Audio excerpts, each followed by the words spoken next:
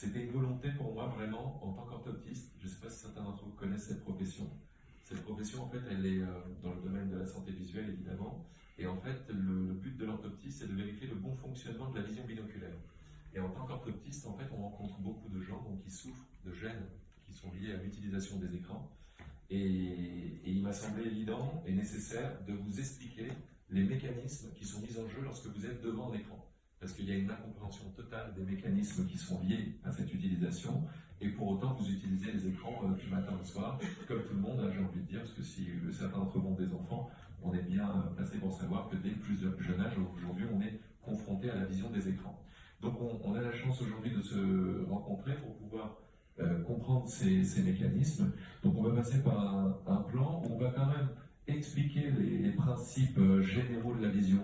On va commencer par l'anatomie de l'œil, du système visuel.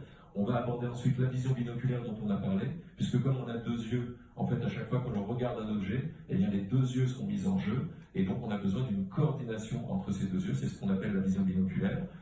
Et une fois qu'on aura compris tous ces éléments, eh bien évidemment on pourra comprendre les troubles qui sont liés à cette vision de manière générale, et aussi à la vision binoculaire lorsqu'on est devant un écran. Et bien entendu, on abordera les solutions, puisque vous savez qu'on a un petit rendez-vous d'atelier par la suite, où on pourra mettre en pratique, évidemment, des solutions qui vous permettront d'avoir plus de confort au quotidien. Et n'hésitez pas en fin de conférence à poser quelques questions, et j'essaierai d'y répondre avec grand plaisir. Donc, comprendre la vision, l'anatomie du système visuel. Donc là, déjà, c'est intéressant de voir un globe oculaire. Vous savez très bien que l'œil est un globe, mais là au moins on le voit. Et donc surtout on voit apparaître des éléments qui sont ici, qui sont très importants, qui sont les muscles oculomoteurs, donc les muscles oculaires qui permettent les mouvements au niveau des yeux.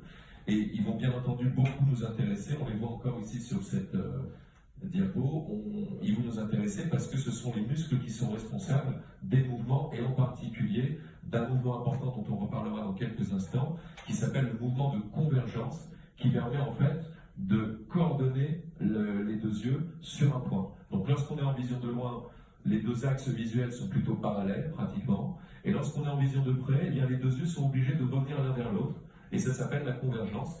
Et pour faire ce mouvement de convergence, eh bien entendu, qu'il se fait grâce à une contraction musculaire sur les muscles que vous voyez ici.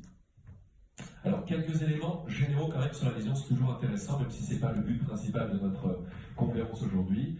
Ici, vous avez donc une coupe schématique de l'œil où on voit le premier élément, qui est un élément transparent qui s'appelle la cornée.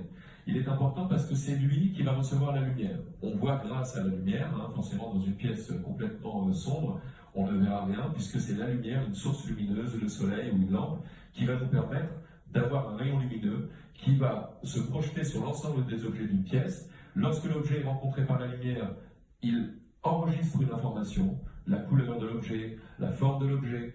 Une fois que cet enregistrement est fait dans ce rayon lumineux, eh bien on a un rayon lumineux qui est réfléchi, qui part ensuite de l'objet. Et en réalité, notre œil est un appareil qui va permettre de capter cette information lumineuse. Donc ce rayon lumineux va rentrer dans l'œil, et le premier élément qu'il va rencontrer, eh bien c'est la cornée.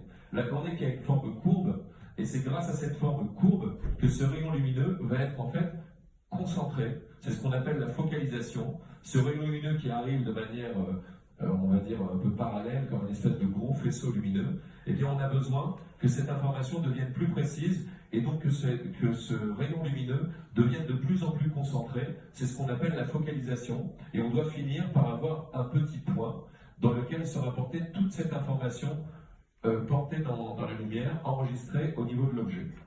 Et lorsque cette information passe à travers tous ces éléments, on va les rappeler rapidement. La cornée, donc le premier. Ici, l'iris, donc ce sont les deux éléments qu'on voit là qui nous permettent de donner la couleur à l'œil, d'accord? Donc c'est l'iris. Et au centre de l'iris, on a un trou qui laisse passer justement ce rayon lumineux qui se trouve ici et qui s'appelle la pupille. Derrière la pupille, on a un autre élément très important, donc bien entendu on va en parler, qui s'appelle le cristallin. Il est transparent aussi comme la cornée, et donc il laisse passer le rayon lumineux dans cet axe-là. Une fois que le rayon lumineux est passé à travers ces éléments, eh bien il finit sa course sur le fond de l'œil, qui s'appelle la rétine.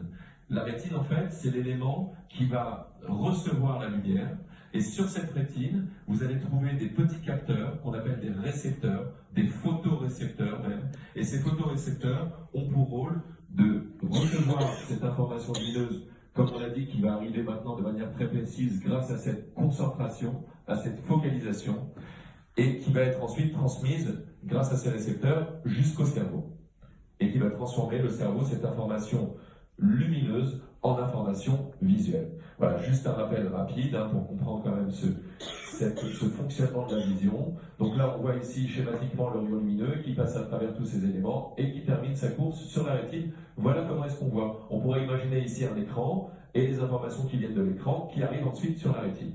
Donc là, on est œil par œil. Ici, on voit quelques images de la rétine. On va passer rapidement. C'est juste pour illustrer un petit peu l'explication qu'on vient de donner. Mais on va passer tout de suite à la vision binoculaire. Donc, tout ce qu'on vient d'expliquer, vous l'avez bien compris, c'est sur un œil, lorsque la vision se fait avec un seul œil. Mais on l'a dit, nous avons deux yeux, et ces deux yeux